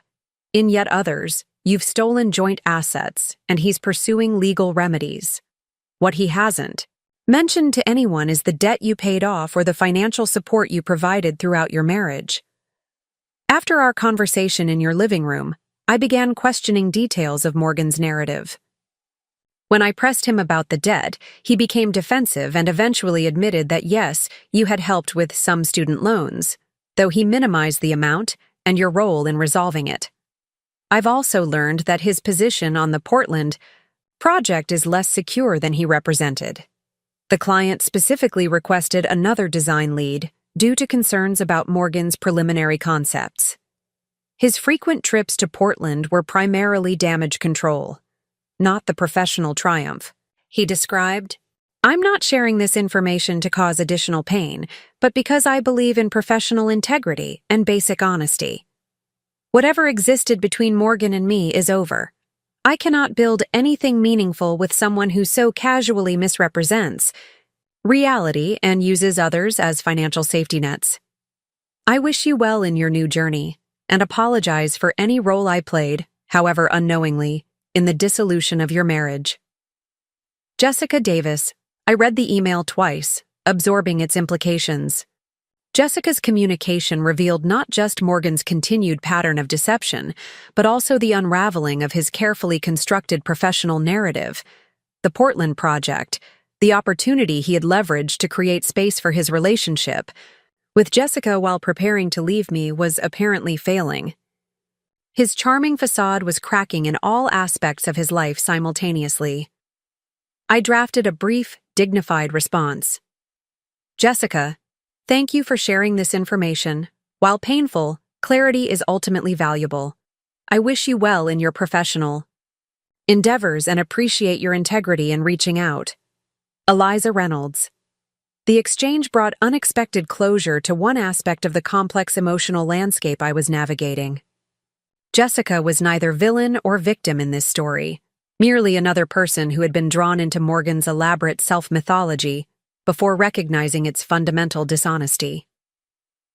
Wednesday arrived with the leaden anticipation of an unavoidable confrontation. I met Sharon at her office 30 minutes before the scheduled meeting, reviewing our strategy and the documentation we would present. "Remember, she advised as we organized financial records and property inventories. This meeting is primarily for establishing procedural parameters. If Morgan attempts to veer into emotional territory or reconciliation appeals, I'll redirect the conversation. You're not obligated to engage with anything beyond the practical aspects of dissolving the marriage. I nodded, grateful for her clear boundaries and professional guidance. What should I expect from him? Sharon considered the question thoughtfully. Based on his communications thus far, likely an initial attempt at reconciliation, possibly followed by financial intimidation. If that fails, when those approaches prove unsuccessful, he may try to position himself as the injured party, perhaps even suggesting therapy or counseling as intermediate steps. Her assessment aligned perfectly with my understanding of Morgan's typical strategies: charm, first, then intimidation, followed by appeals to external authority or expertise. The predictability of these tactics, once identified, diminished their power significantly. At precisely 2:00 p.m., the receptionist announced Morgan's arrival with his attorney, Gerald Hoffman, a family law specialist known for representing high-earning professionals in contentious divorces. Sharon and I rose to greet them in the conference room, the formality of the setting establishing a professional tone for what might otherwise have been an emotionally charged encounter. My first glimpse of Morgan in 4 days was jarring. The polished architect with his carefully maintained appearance had been replaced by someone showing visible signs of strain.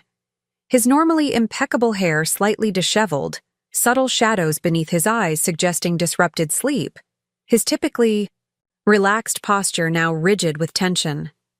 Our eyes met briefly as he entered, his expression cycling rapidly through surprise, perhaps at my composed demeanor, calculation, assessing potential strategies, and finally settling into a carefully constructed concern that might have seemed genuine to someone who hadn't witnessed its rehearsal over years of marriage. "Eliza," he began, his voice modulated to convey both intimacy and restraint. Sharon intervened smoothly. "Let's begin with introductions for the record," she suggested, effectively interrupting whatever personal appeal Morgan had prepared. "Sharon Winters, representing Eliza Reynolds." The formal use of my maiden name established an immediate psychological distance. Morgan's attorney followed suit with his own introduction, though Morgan himself seemed momentarily thrown by the procedural approach. "As established in our preliminary communications," Sharon continued, "today's meeting focuses exclusively on establishing parameters for an equitable dissolution of the marriage. Mrs. Reynolds has clearly indicated that reconciliation discussions are not on the agenda." Morgan shifted in his seat, the muscles in his jaw visibly tensing. "I think that's premature," he interjected. "Before diving into legal proceedings, Eliza and I should have the opportunity to discuss what's happened privately. This situation has escalated due to miscommunications and assumptions that could be resolved through direct conversation." The familiar strategy, positioning his perspective as reasonable while implying my actions were impulsive or based on misunderstanding, might once have made me question my own judgment. Now it simply confirmed the validity of my decision. "There's no miscommunication, Morgan," I said, my voice steady. "I discovered your relationship with Jessica, your plans regarding the Portland project, and most significantly, your intention to leave after I finished paying your debt. I heard your conversation on the porch. There's nothing to discuss privately." Morgan paled slightly, apparently not expecting such direct reference to his overheard conversation. His attorney placed a cautioning hand on his arm, silently advising restraint. "Regardless of personal matters," Hoffman interjected smoothly, "Mr. Winters has expressed concern about the removal of joint property from the marital home without prior agreement. This constitutes a potentially problematic first step in what could otherwise be an amicable process." Sharon smiled with professional politeness as she opened a folder containing my meticulously documented inventory. "We anticipated this concern," she replied, sliding copies across the table. You'll find a comprehensive list of items Mrs. Reynolds removed from the residence, along with documentation establishing their status as either premarital possessions or gifts specifically designated to her during the marriage. She turned to the second page. You'll also note photographs of each furniture piece taken before removal, along with provenance documentation for significant items. Mrs. Reynolds was exceedingly careful to take only what is indisputably hers. Morgan's attorney reviewed the materials with growing discomfort, clearly recognizing the thoroughness of our preparation. Morgan himself appeared increasingly agitated, his eyes scanning the inventory as his fingers drummed against the conference table. "This doesn't address the fundamental issue," he said finally, looking directly at me rather than at Sharon. "You left without warning, Eliza. After 8 years of marriage, don't you think I deserved a conversation rather than a letter?"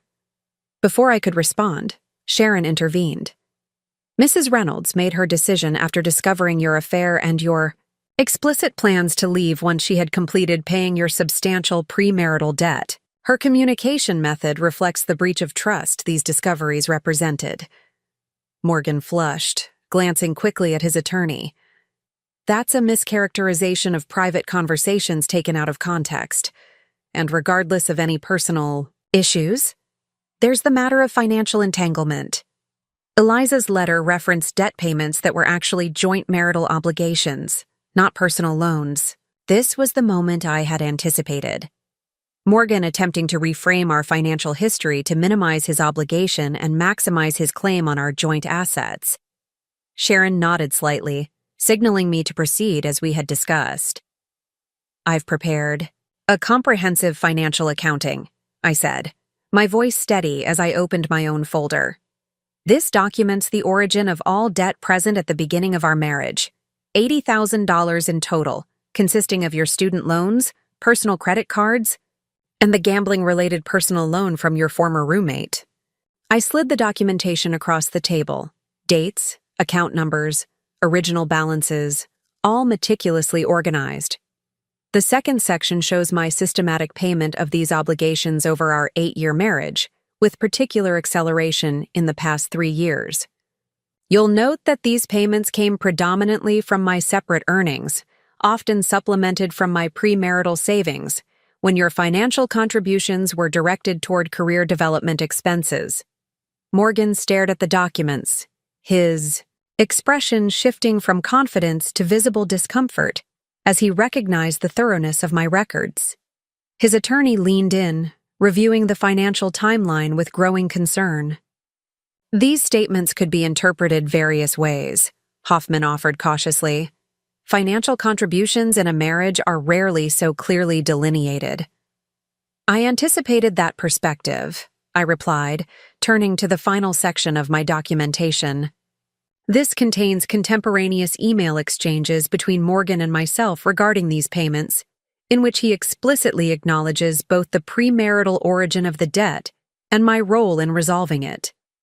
I highlighted a particularly damning message from 3 years prior, in which Morgan had written, "I don't know how I got so lucky finding someone willing to tackle my financial mistakes. Knowing you're handling those old loans and cards gives me the freedom to focus on building my career. I promise it will pay off for both of us eventually." Morgan's face had drained of color as he recognized his own words. "These were private communications," he said, his voice tight. "Taking them out of context to build some financial case against me is manipulative and dishonest. On the contrary," Sharon interjected smoothly, "these communications establish a clear understanding between you regarding the nature of these financial obligations. There's nothing manipulative about documenting the truth." Hoffman, recognizing the strength of our position, shifted strategy. "While these financial matters will require further discussion, there's also the question of Ms. Reynolds's, abrupt career change. My client is concerned that this move to a competing investment firm may have involved proprietary information from her previous employer, potentially creating liability issues that could affect joint assets." The implication was both transparent and desperate. attempting to create a professional ethics cloud over my transition to pressure me into a less advantageous settlement. Sharon smiled thinly, clearly having anticipated this approach as well. Ms. Reynolds has signed all appropriate non-disclosure and non-compete agreements with her previous employer, who raised no concerns about her transition, she stated, producing the relevant documentation. Additionally, Chen Sustainable Investments operates in a specialized market segment that didn't directly compete with her previous firm.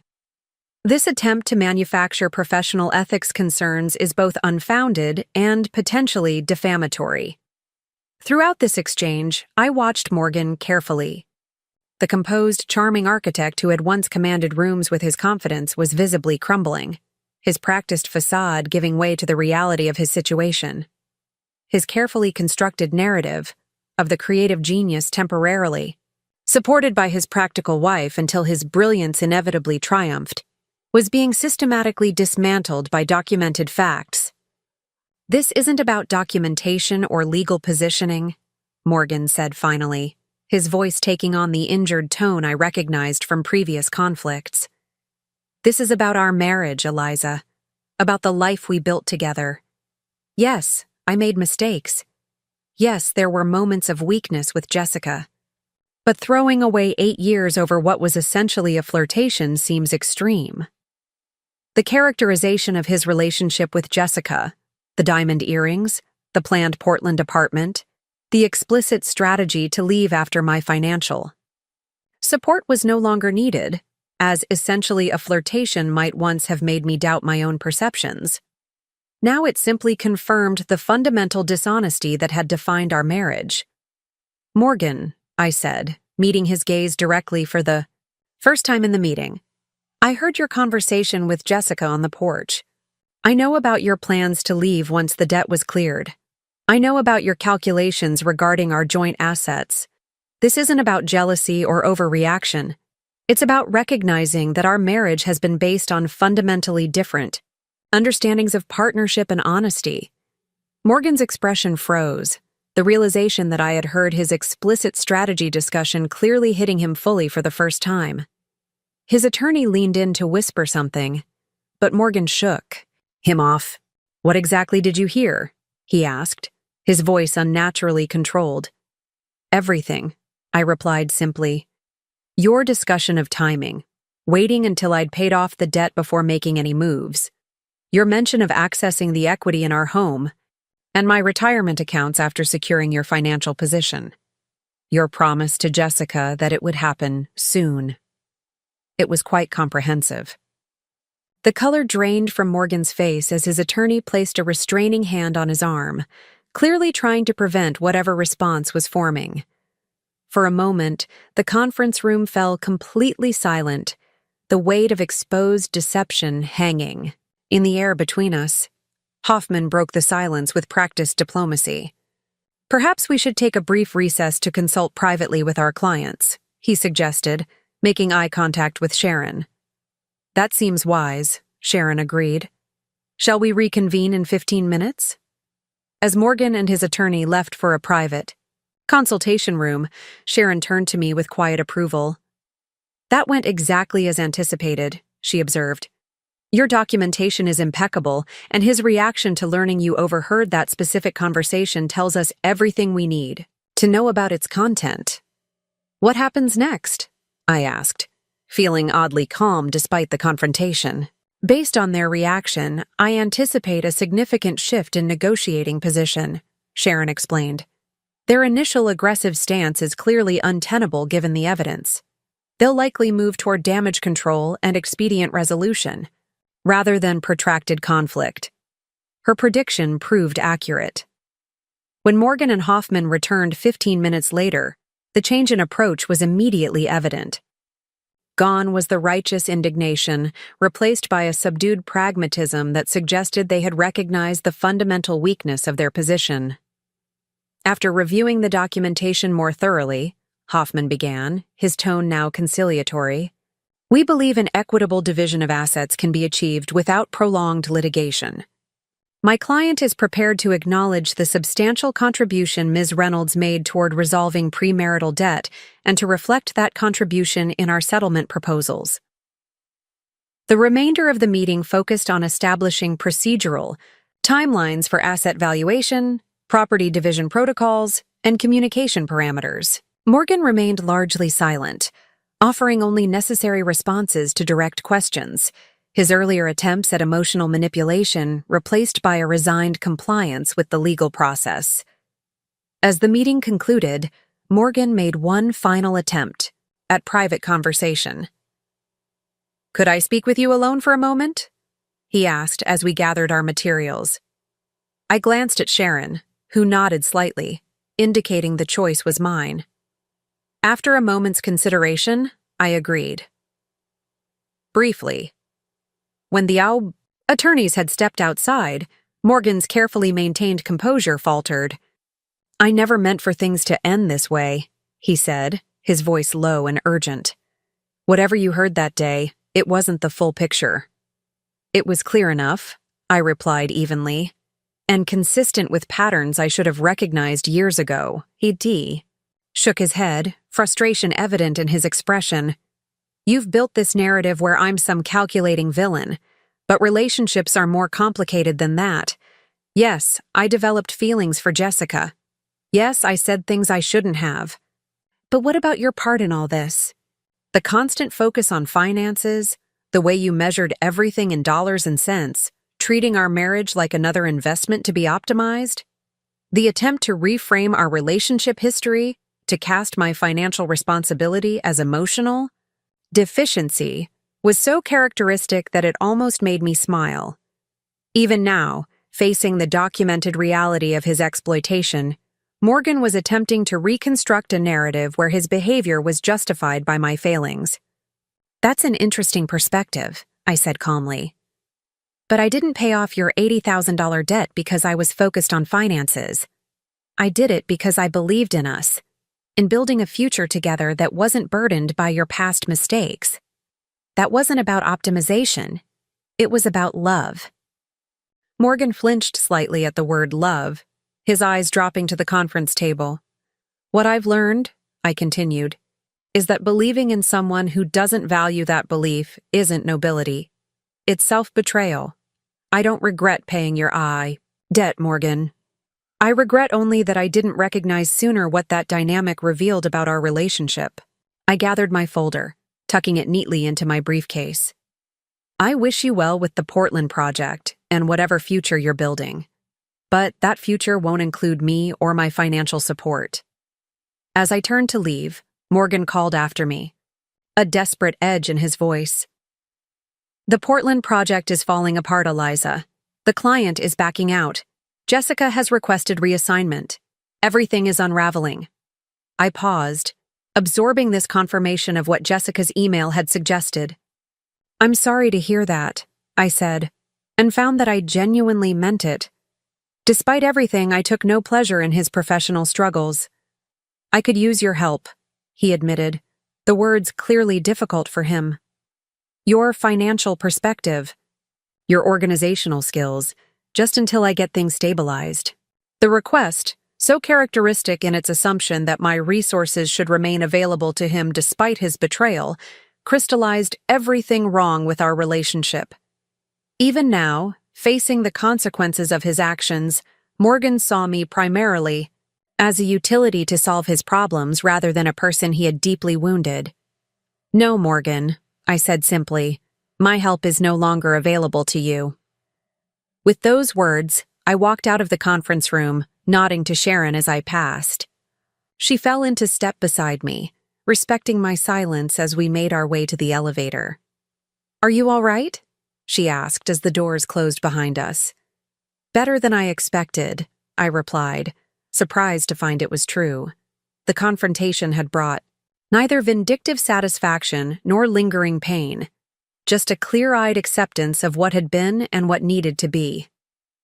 The following months unfolded with unexpected smoothness. The divorce proceedings, which I had feared might become protracted and contentious, moved forward with relative efficiency. Morgan, perhaps recognizing the futility of fighting the documented financial history, agreed to a settlement that acknowledged my contribution to eliminating his debt and divided our remaining assets accordingly. My professional transition flourished, beyond my expectations. Robert Chen proved to be not just an excellent employer, but a genuine mentor, providing opportunities to lead innovative projects that aligned with my values. 6 months into my new role, I was invited to present our sustainable investment model at an international conference in Copenhagen, my first professional trip overseas and a validation of expertise that Morgan had consistently minimized. On a personal level, healing came gradually but steadily. I developed new friendships through a financial literacy group I joined, eventually becoming a volunteer instructor, helping women understand and take control of their finances. The condo transformed from a temporary refuge to a genuine home, each decorating decision and furnishing choice affirming my reclaimed autonomy. 1 year after leaving Morgan, I received an unexpected package at my office, a newspaper clipping, from Portland about the scaled-back opening of the community center project, accompanied by a handwritten note, Eliza. The project finally opened, though not as originally envisioned. The client reduced the scope by 60% after multiple design and budget issues. Morgan was removed as lead architect 6 months ago. I thought you might find this information relevant to your journey. I've accepted a position with a firm in Seattle, focusing on affordable housing projects, work with genuine impact rather than prestige. Your perspective during our brief conversation helped clarify what actually matters in both career and relationships. With respect and appreciation, Jessica Davis, the note prompted reflection, but not regret. According to mutual acquaintances, Morgan had eventually sold our former home at a significant loss and relocated to Phoenix, where he'd taken a mid-level position with a commercial architectural firm, a step down from his previous role, but perhaps better aligned with his actual capabilities, rather than his self-mythology. As for me, the aftermath of paying off Morgan's debt and walking away from his betrayal had transformed into something unexpected. Not just survival, but genuine flourishing. The financial expertise that Morgan had dismissed as obsession with dollars and cents had become the foundation of both professional success and personal mission, helping others recognize and prevent financial exploitation in their own relationships. 2 years after our divorce was finalized, I purchased a waterfront condominium overlooking Lake Michigan, the kind of property Morgan and I had once dreamed of acquiring someday, when his career inevitably skyrocketed. I bought it solely with my own resources, the mortgage approval resting on my individual income and excellent credit score, my signature alone on all documentation. On my first evening in this new home, I stood on the balcony watching sunset paint, the water with golden light. The path that had brought me here, through betrayal, calculated exploitation, and profound disillusionment, was not one I would have chosen. Yet standing in this space that represented not just financial independence but complete self-determination, I felt an unexpected gratitude for the journey. I had paid off Morgan's $80,000 debt, believing it was an investment in our shared future, only to discover he planned to discard me once my financial utility was exhausted. But karma had other plans indeed. Morgan had lost everything he valued: his prestigious position, his professional reputation, his carefully constructed image of success. I had gained something far more valuable than the money I'd once devoted to his debt. I had reclaimed my worth, not as measured by someone else's validation, but as defined by my own standards, values, and achievements. In the end, that was the truest balance sheet of all. Looking for more? We've got 2 amazing stories ready for you right on screen. If this one touched you, these are absolutely worth your time. Click to watch them now. And hey, subscribe and hit that bell to never miss our latest uploads.